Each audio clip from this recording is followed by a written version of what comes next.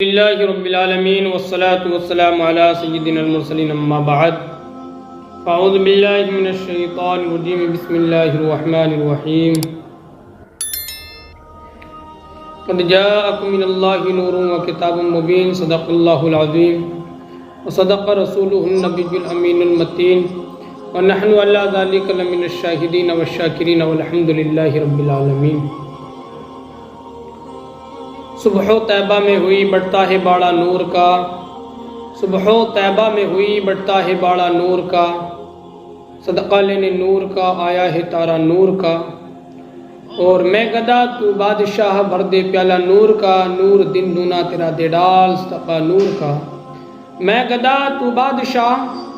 بھر دے پیالہ نور کا، نور دن دونا تیرا دے ڈال صدقہ نور کا۔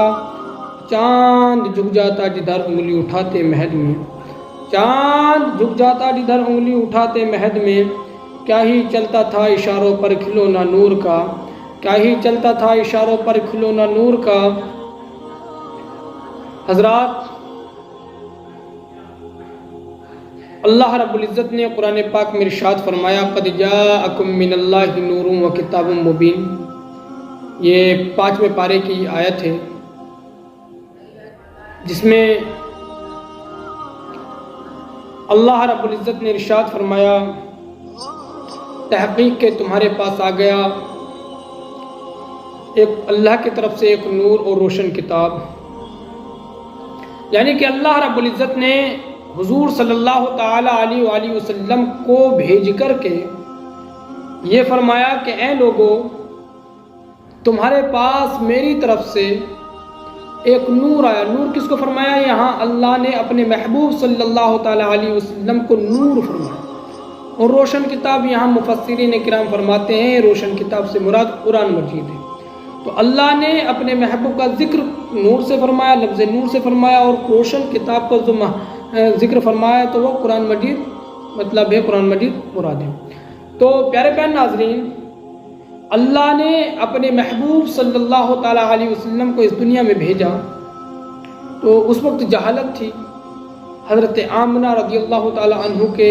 عنہا کے شکم اطہر میں آپ تھے۔ اللہ رب العزت نے آپ کو جب دنیا میں بھیجا، جب آپ کو آپ کی والدہ محترمہ نے جنا، تو پیارے عزیزان ملت اسلامیہ، میں آپ کو بتاؤں کہ جس سال اصحاب فیل کا واقعہ پیش آیا تھا، یعنی کہ یہ اصحاب فیل یعنی کہ فیل کہتے ہیں ہاتھیوں کو، جس سال ہاتھیوں کا واقعہ پیش آیا تھا، یہ حضور صلی اللہ تعالی علیہ وسلم کی پیدائش سے 55 دن پہلے کا واقعہ ہے۔ اسی سال حضور صلی اللہ تعالی علیہ وسلم پیدا ہوئے، یعنی کہ اس واقعے سے 55 دن بعد پیدا ہوئے۔ انشاءاللہ تعالی میں اصحاب فیل کے تعلق سے پوری ویڈیو بناؤں گا، اور جو ہمارے پڑھنے والے حضرات ہیں وہ سورہ فیل کا ترجمہ اور اس کی تفسیر دیکھ سکتے ہیں۔ انشاءاللہ تعالی آپ کو پورا واقعہ، پوری معلومات اس سے حاصل ہو جائے گی۔ صرف میں یہاں حضور صلی اللہ تعالی علیہ وسلم کے 4 معجزات بتانے چاہتا ہوں کہ جب آپ دنیا میں آئے تو حضور صلی اللہ تعالی علیہ وسلم جب دنیا میں تشریف لائے تو آپ کی والدہ نے کیا دیکھا؟ جو آپ کی والدہ کے پاس میں حضرت عثمان بن ابی العاص کی والدہ فاطمہ بنت عبداللہ تھیں، جو دائی کے طور پر وہاں پہ موجود تھیں، انہوں نے کیا دیکھا، پھر انہوں نے کیا بیان کیا، آپ دیکھیے۔ زیادہ بڑی ویڈیو میں کرنا نہیں چاہتا۔ آپ فرماتی ہیں حضرت عثمان بن ابی العاص کی والدہ حضرت فاطمہ بنت عبداللہ کہتی ہیں کہ جس رات حضور صلی اللہ تعالیٰ علیہ وسلم پیدا ہوئے میں حضرت آمنہ رضی اللہ تعالیٰ عنہا کے پاس موجود تھی، تو میں نے کیا دیکھا کہ آسمان کے تارے زمین پر آ گئے ہیں، آسمان کے تارے زمین پر آ گئے، اور اتنا قریب زمین سے ہو گئے، اتنے قریب زمین سے ہو گئے کہ مجھے ایسا محسوس ہونے لگا کہ یہ تارے زمین پر گر پڑیں گے۔ تو اس لیے اعلی حضرت کہتے ہیں صبح و طیبہ میں ہوئی بڑھتا ہے باڑا نور کا، صدقہ لینے نور کا آیا ہے تارا نور کا، یعنی کہ زمین پر وہ نور کا صدقہ لینے تارا آیا تھا، یعنی کہ تارے جو جھکے تھے، جو تارے جو زمین پر کی طرف اترے تھے، وہ صدقہ لینے آئے تھے نور کا، تاکہ ہمیں بھی حضور صلی اللہ علیہ وسلم کی پیدائش کے صدقے میں کچھ نہ کچھ صدقہ حاصل ہو جائے، اور ہم بھی قیامت تک چمکتے رہیں۔ اور دوسری بات فرماتی ہیں کہ اسی رات تمام زمین کے بت سرنگ ہو گئے، یعنی کہ گر گئے، ٹوٹ گئے، پھوٹ گئے، تمام کے تمام بتوں نے اپنے آپ کو جھکا دیا، اپنے آپ کو گرا دیا۔ اس بات سے پتہ چلتا ہے کہ جب حضور صلی اللہ تعالیٰ علیہ وسلم کی پیدائش ہوئی، تمام زمین کے بت گر گئے، تو پیارے عزیزوں پتہ چلتا ہے کہ پھر حضور صلی اللہ علیہ وسلم کے بعد میں بت پرستی نہیں ہوگی۔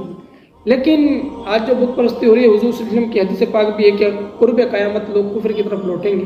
پھر وقت آئے گا انشاءاللہ تعالیٰ کفر مٹ جائے گا اور پھر اسلام چمکے گا۔ پھر اس پہ میں الگ بات کروں گا، اس پہ ورنہ گفتگو لمبی ہو جائے گی، مگر یہاں جو فرما رہی ہیں کہ تمام کے تمام زمین کے بت گر گئے، میں نے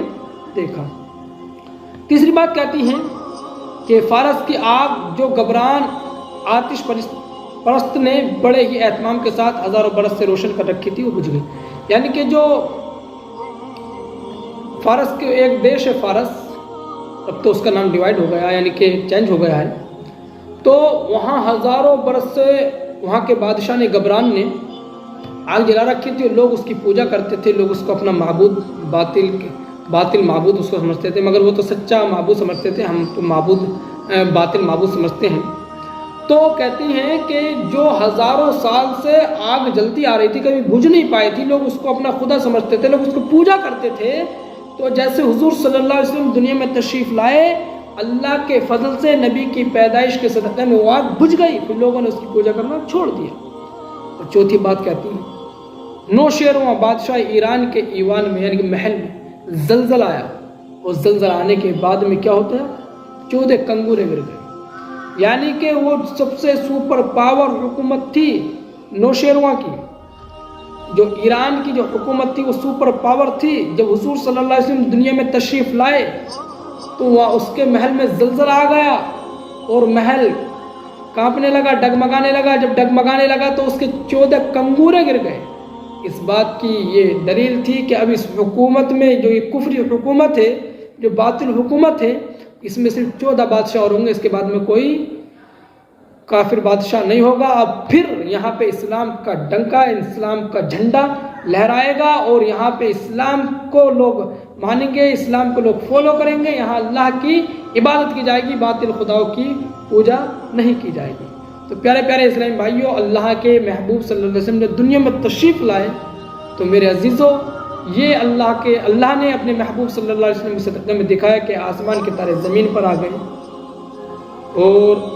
فارس کی آگ بجھ گئی، نوشیروان کے محل میں